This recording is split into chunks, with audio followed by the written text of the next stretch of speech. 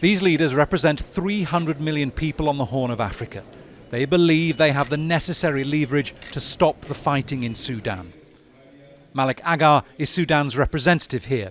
He's the deputy chairman of that country's Transitional Sovereignty Council. This is a regional organization, and most of them are the neighbors of Sudan. They are directly concerned, and they are directly affected by the war, and they know the two fighting forces, and they have relations with all these, one of another of the two forces. So that's the leverage they have.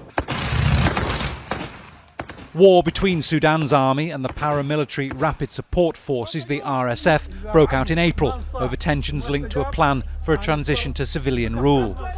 Agar is a veteran politician and fighter leading the Sudan People's Liberation Movement. Like the dozens of other armed groups in Sudan, the SPLM has remained neutral in this battle. Any war is risky, and when you start the war like this in Sudan, of course there is so many playing elements, stakeholders in the Sudan. Then you have other armed groups which are not part of this fighting. They have taken consciously to be neutral to the fighting.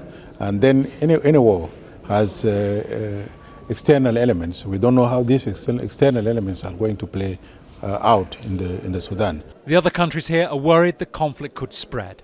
People will flee the country, going all around the neighbor countries. They may flee outside the continent, and that's what we are avoiding. So that are the consequences: famine, diseases, insecurity in the sub-region. So IGAD, the Intergovernmental Authority on Development, says in 10 days their delegates will have met both sides in Sudan with the goal of bringing hostilities to an end.